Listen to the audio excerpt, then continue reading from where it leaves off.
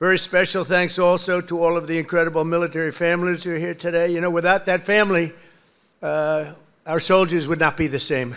It's a whole big deal. I don't think they get enough credit, but they do get credit with me. That's why I sent you 1776 a couple of weeks ago, a little while ago.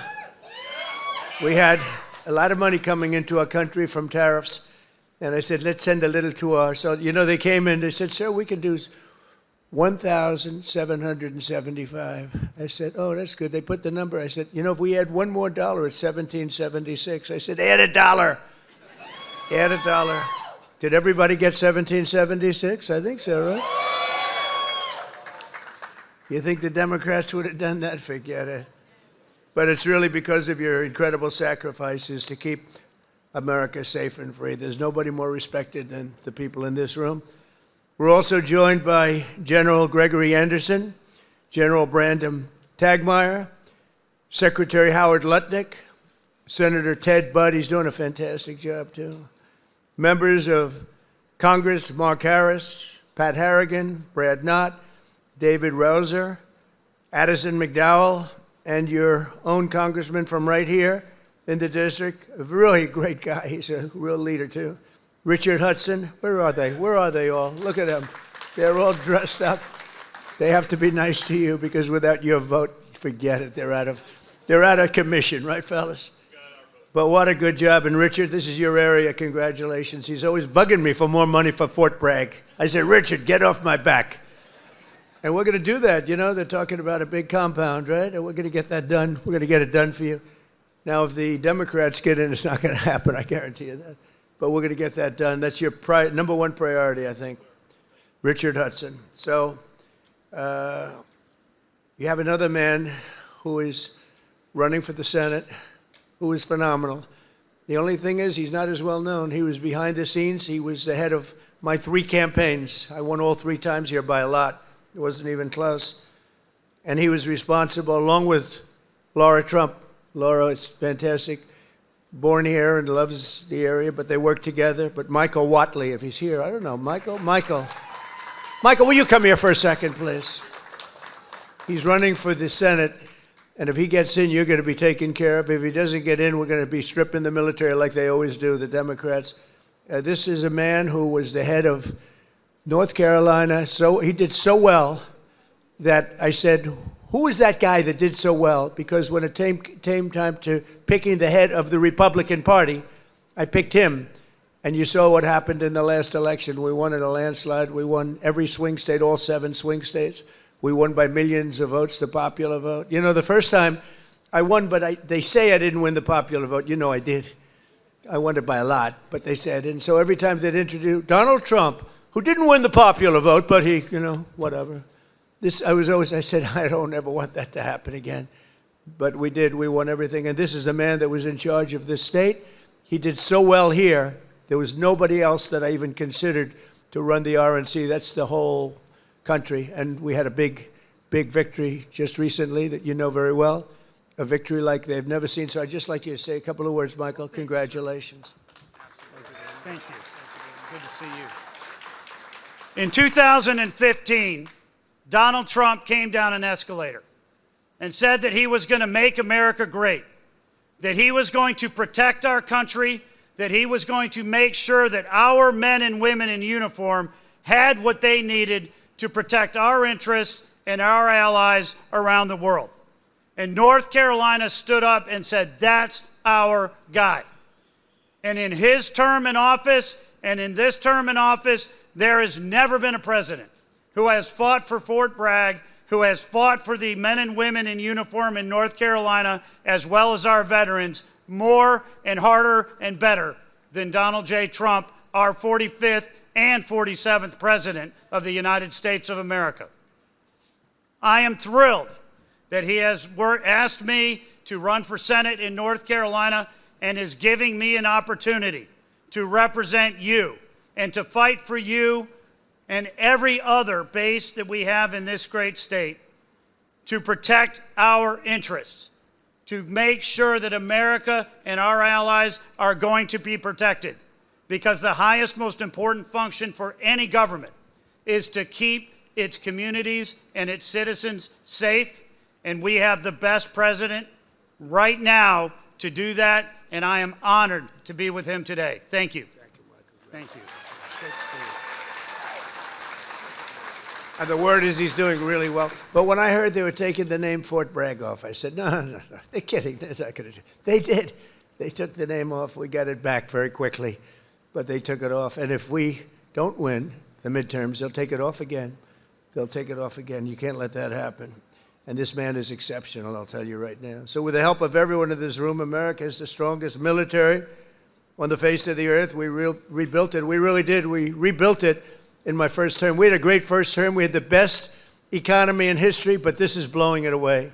But we had a great economy in the first term. We did everything, but we really created a tremendous military. Now, some of it was given away, actually a lot, but small compared to what we did to Afghanistan. You remember that, where they left all the military equipment behind? We wouldn't have left anything. We were going to get out with dignity and strength, respect. We looked like we were running. We don't run from anybody. That was a Biden embarrassment. What a terrible president. But we came back and we already have rebuilt our military to stronger than it was even then. And we don't leave equipment behind. We don't leave jets behind. I said, why do you leave those jets behind? Sir, I thought it was cheaper to leave it behind. You know, $150 million plane. All they had to do is put a little jet fuel in there and fly it to wherever they want to fly it. These people were the worst. We can't let it happen again. Our military, if the Democrats get in, will be severely misserved. But we rebuilt it in my first term, and now we're making it stronger and bigger and better than ever before. The recruiting is through the roof. You know that after years of recruiting shortfalls, as an example, new enlistments have soared to record highs. We had, a year and a half ago, nobody wanted to join the military. They didn't want to join the Army. You know that. It was like terrible. They didn't want to join the Army, the Navy, the Air Force, the Marines, the Coast Guard, or my beloved, how about that, Space Force. Do we like Space Force? It's turning out to be very important. But they tried to end that, and actually the military refused to allow that to happen. But you couldn't get people to join. And as soon as we won the election, that election took place on November 5th. From November 5th on, it was like a miracle. Now we have waiting lists for every branch of the military, waiting lists of people to get in. In other words, your jobs are wanted by everybody. And isn't that a better feeling? I'm looking at the smiling faces. We've got a lot of smiling faces. You should be smiling. Last year, the Navy and Air Force and Space Force all surpassed their recruiting goals by 5 months early, and the numbers are through the roof. In fact, it'd be a very good time to expand. You know, it's a good time to expand. But the Army did even better than the others, and you shattered your annual recruitment by almost 5 months and lots of days, but more importantly, the number and the quality of recruit has never been higher. This year, the Army is beating its recruitment goal by 116%, and I'm very proud of that. I was very embarrassed for a period of years as I watched how badly this country was run, standing outside and hearing constantly that we couldn't get people to join our great forces. We ended the scourge of political correctness in our military. We renamed the Department of Defense to the Department of War. Think of it, we won World War I. We won everything. World War II, and everything before, during, and a little bit after, except we fought a little bit differently. We fought to be politically correct. We were a politically correct force with the presidents.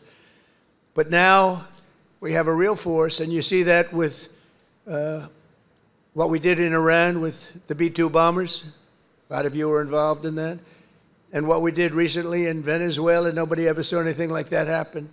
A Venezuelan general who was on the site, but he moved out fast enough that he lived, because most of them didn't. But he was on the site. He said, we were totally prepared. We saw the planes coming. We saw everything coming. You know, they're a good, strong force. And he said, we got hit like nobody's. They were hit from 17 different directions. They said, there's never been anything like that. It was over in like literally a minute. Everybody was running for the hills. And that's what we have. We have the strongest military in the world by far. We have the best equipment. We have the greatest people, soldiers. We brought back merit as the sole consideration for advancement and promotion in our military. We won the Supreme Court case, shockingly in that case.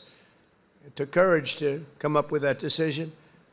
It's based on merit. Now you want to get into a college, it's based on merit. It's not based on anything else. You want to get into the military, you got to have a little muscle. You got to be strong, like these people here. It's like, you're like central casting. I'm looking at all these beautiful-looking people, but you have to be a certain type to do well. And we were taking anybody that wanted to get in because we wanted to be politically correct. No, it's based on merit now. You get into the military based on merit. And other places also based on merit. There might be advantages to other people in other fields. But this is all based on merit. As long as I'm president, we will be the best led, the best trained, the best equipped, the most disciplined, and the most elite fighting force the world has ever seen. That's what we've turned out to be, and everybody knows it. They all know it. Every country knows it. I speak to all of them. They know exactly what they would be up against. Hopefully we'll never have to test them. And because of our strength and because of what we do, we probably won't have to be tested. That's why this year we're investing also $1 trillion in our armed forces, most we've ever spent. And next year it's being raised. In fact, we're going to be building a number of battleships. You ever hear of battleship? You know, World War II, you saw those big ships, the Iowa, the Alabama, the Missouri, they're going there, sailing through that water like it's nothing. Those big waves are crashing into the front. The hulls are made of 7 inches of steel, not aluminum. Aluminum's fine, by the way. I don't want to hurt the industry. We're doing very well. But I'll take steel. And it's going through those waves like it's a hot knife through butter, right? And it was incredible. It was a great thing. It was a great act of beauty when you looked at that, the scenes, Victory at Sea. I don't know, has anyone ever seen Victory at Sea? Probably the ones that have would have joined the armed forces when you have, but Victory at Sea. And you looked at those battleships. So now we're building 10 of them, initial order, 10. And I said, what about reinstating the old ships? We have some of them in dry dock. Some of them are museums right now, like the Iowas and Rancho Palos Verdes in California. You have a couple of them, and they're still very powerful looking to me. So I said, what about bringing them back? They said, sir, it would be no good. Why do you say that? The new battleship that we have, which I've seen and helped design, I put a little more spirit in the hull, a little more, give me a little bit more hull. I want that ship to look gorgeous, you know. Forget about stealth. They say, oh, it's stealth. They design ugly equipment for stealth. Well, we're designing great-looking equipment, also stealth. But I said, well, what about bringing them back? Sir, the new ships, the new battleships that we have almost very soon under construction will be, listen to this, 100 times more powerful than the ships that we got to see in the 1940s. Think of that, 100 times more powerful. We need that. This way nobody messes with us, right? We need it. For every service member in our military, this historic investment also includes a well-deserved, across-the-board pay raise, not including 1776. And at my request just before Christmas, we did the, and really in honor of the 250th anniversary, we did that little special payment, which everybody appreciated, and it was an honor for me to do it. As part of the one big beautiful bill that we got approved, which was amazing because it really encompasses all 4 years of the term, we'll also be investing over $1 billion to improve on-base housing, and a lot more than that at Fort Bragg. We're going to be doing, if we get the congressman's wish, we're going to be doing a lot more than that. We're also going to spend billions of dollars on improving here and around the area. We're going to make it great because the people in this area have been so incredible. The spirit they had. When they changed the name of this base, the spirit, not even military people, they were so proud of that name, Bragg. They said, we have to bring it back and keep the area safe. It's a great area. In fact, I'm thinking about moving here someday. Maybe I'll move here with our great movie star. We'll move here with our First Lady. We'll move to Fort Bragg. Would you like that, darling? Very much. She loves you. It's a possibility. Actually, it's not a bad idea because we love it. But we want to keep this area safe, and we can't do that without the leaders, and your ex-governor is not one of them. It'd be a disaster if he got in. And one of the things that I just mentioned and saw, you saw the monster that killed an innocent young Ukrainian girl a couple of months ago, slitting her throat from behind. And this was the man, the governor, that allowed this man to get out and to do that. We don't do that. We don't do that. Everybody knew he was trouble. Many, many crimes, one of the worst pasts I've ever seen. And she sat down, she had her throat slit. And that's not going to happen with Michael Whatley, that I can tell you. So I just want to tell you it's very important, because our military has to be protected. Our people have to be protected. And they will decimate our military. Every time you come in as a Republican, and a lot of Republicans, they come in, they don't do anything about it. I do beyond what anyone's ever done, not even close. To give you all of the equipment you need, we're also purchasing 30 new and modified Abrams tanks. Still the best tank, right? Still? It was named in honor of Stacey Abrams. Only a few very political people would understand that. Congratulations. Thank you very much for a great name, Stacey. But brand new Abrams tanks, 48 new Black Hawk, Chinook, and King Stallion helicopters, the best in the world, the latest equipment, and 86 armored multi-purpose fighting vehicles, all of the things that you've been wanting to get, all brand new. And we're going to be reviving our strength. We're going to be doing many other things that nobody thought was even possible. And we're actually using that strength to defend the core and vital interests of the United States. And very simply put, America first. You know, it's all about America first. We were putting America last. These people that were running our country were putting us last. We're now America first. And we'll help other countries. We have a very good relationship with NATO, but NATO took advantage of us for many years. We were paying for almost 100% of NATO. Now they're paying their own bills. I got them to pay. We took them from not paying 2% GDP to paying in full 5% GDP. Big difference, like day and night. With the help of our military, we stopped the invasion on our southern border for 9 straight months. 0 illegal aliens have been admitted into the United States, and that's done by the radical left. Those charts are made up by the radical left, so I can't imagine that they could be wrong, because it seems hard to believe we could have had 0. My friends, these are early supporters. I have so many supporters up here. How the hell did you get into the military base? It's amazing. I'm a little worried about that. Let's check security. But no, I have so many. You know, I have women from North Carolina. It's about 50 or 60 of them. And they followed me all over the place. Where are they? Here? They got to be here. Oh, yeah, there they are. They're great. Oh, there they are. There are sometimes 50. And I don't know what the hell's going on with their husband, because they're, you know, traveling to California. They're all over the place. But they've gone to almost 200 rallies, and it's so great. It's so great. We have Susie Wiles here also, who's the first female chief of staff, and she's done a fantastic job, and she's standing right next to those great patriots from North Carolina. No, they would go all over. It didn't matter where I was. Sometimes I'd see them, like, I made a speech in London. They ended up being, they must be pretty wealthy. That's all I know, because they do a lot of traveling.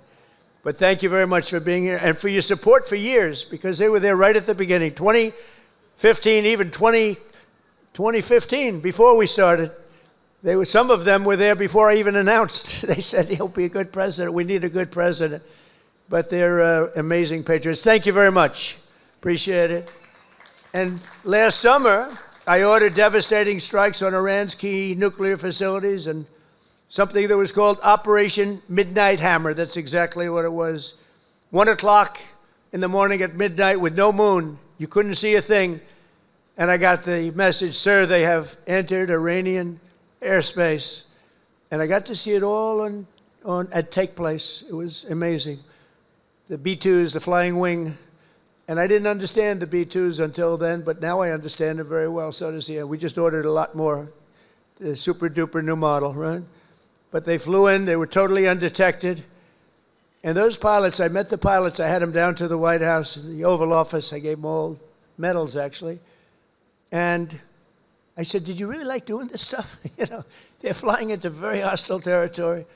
And they said, sir, we couldn't wait. In fact, they wanted to wait. You saw that what was happening. People wanted to wait. And the pilots and their commander called me and said, "Sir, we're ready to go. Don't worry about that. That weather's nothing. We want to go, sir. We want to go." Now, if it were me, I'd say, "Take it easy. Let's relax." But, you know, you people have a lot of courage. Amazing, amazing. So we gave them medals. But that was Operation Midnight Hammer, achieving total obliteration of the Iran nuclear potential capability, totally obliterated. And think every single one of those 100,000-pound bombs hit its target, which happens to be an air shaft that goes directly into the facility. I don't think they'll be building air shafts anymore. That's not a good concept. They wanted to get a little air. They wanted to get a little fresh air. It didn't work out too well. No other country on earth could have done what we did. No other country has the weapons. No other country has the skill. No other country has the guts. And no other country has the extraordinary warriors that we have. We have the best warriors in the world. Because you can have the greatest equipment, but if you don't have the warriors, the equipment doesn't mean much. Last month, we proved this truth once again when some of our greatest soldiers, right here, to ever live, frankly, successfully captured the outlaw dictator of Venezuela, Nicolas Maduro, and brought him back to face American justice, where he's now, right now, waiting. And that was an amazing night. People saw that. They've never seen anything like it. You know, it's a pretty military country. It was a big base, one of the biggest bases in South America, where he lived. And it was in a matter of minutes before he was on a helicopter being taken out of there. They had to go through steel doors. The steels were like, it was like paper mache. You know what paper mache is? That's weak paper. These guys blasted through every door. They got up to him before he got to the big safe, but that wouldn't have worked either because they had equipment that was going to knock that out in a matter of minutes. But he never got there. It went so fast. Think of it, in a matter of minutes, when people realize what happened, they're looking up and there's the helicopter heading back to aircraft carriers. So that night, the entire world saw what the full military might of the U.S. military is capable of. And that was an unbelievable operation, but that was a smaller operation.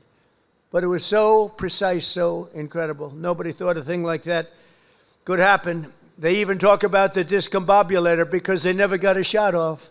The Russian equipment didn't work. The Chinese equipment didn't work. Everyone's trying to figure out why it didn't work. Someday you're going to find out. But it didn't work. It's nice when you can fly in and not get shot at. Although we did have 3 helicopter pilots who were wounded pretty badly in the legs, landing, and a couple of machine gunners seemed to have made it through a thicket of bombs, but they were taken out rapidly by our snipers who were stationed on platforms, actually unbelievable helicopter platforms all the way the line, and they were taken out immediately. And those pilots were incredible and really brave. I may see some of them very shortly. They were hit pretty bad in the legs.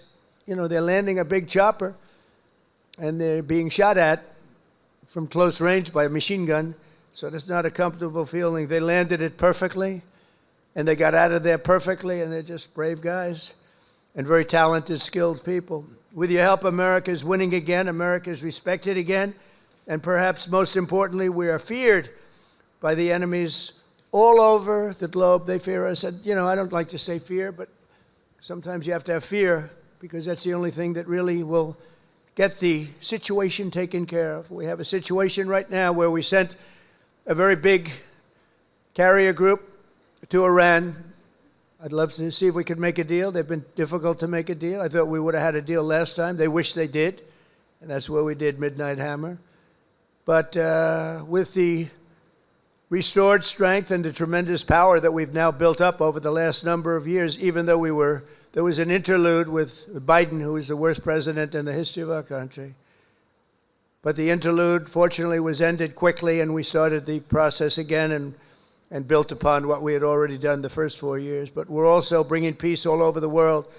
I ended 8 wars in just 10 months. 8 wars are ended, and we have a couple of more to go, but one in particular, Russia-Ukraine. It's a mess. It's a horrible thing, and I think we'll get there. It takes 2 to tango. You have to remember that, and we have to get there.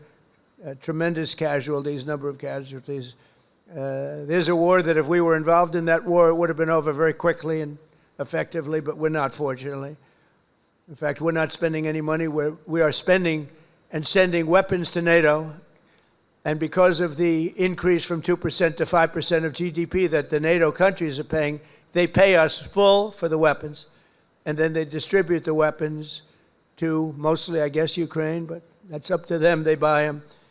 And we do make the greatest weapons of any country in the world by far, most effective weapons.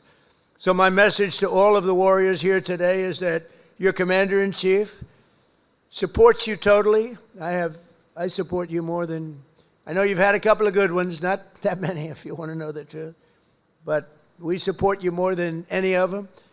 And you're going to get out, and when needed, you're going to fight, fight, fight. You're going to win, win, win. And we're going to continue to make our country bigger and better and stronger than ever before. And that's exactly where we are right now. We are the most respected country anywhere in the world. And I say it, the King of Saudi Arabia told me when I was there, he spent $2 trillion. We have $18 trillion being invested right now in our country from other companies and countries all over the world. The most any country's ever had is $3 trillion. That was a long time ago, and it didn't happen to be us. It was another country. It starts with a C. Can you imagine what I'm talking about? China. But we have $18 trillion being invested. As an example, in the Biden 4 years, they had less than $1 trillion. Think of this, less than $1 trillion over 4 years. We have $18 trillion in 11 months because we haven't gotten the final numbers on the 12th month, so that's only going to go up. There's never been anything like it. But the King of Saudi Arabia looked at me and says, you know, a year and a half ago, I thought the United States of America was finished. I thought it was dead. And now you have the hottest country anywhere in the world. We have the hottest country anywhere in the world, and you're a very, very big part of it. Thank you to the Army. Thank you to everybody here. Thank you also to our great politicians. They're great leaders, and they love you as much as I do. Thank you very much, everybody. Thank you.